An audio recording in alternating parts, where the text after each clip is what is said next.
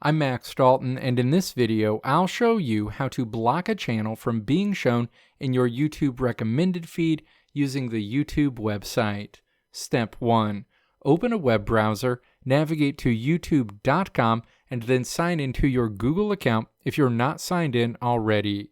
Find a video in your YouTube recommended feed from a creator you want to block from appearing in your feed going forward. Step 2. Hover your cursor over that specific video and then click the ellipses icon that appears. A menu opens. Step 3. Click Don't Recommend Channel.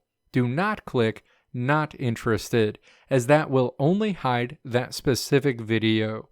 You have to tap Don't Recommend Channel. You'll see a note that YouTube will no longer recommend videos from that channel to you going forward.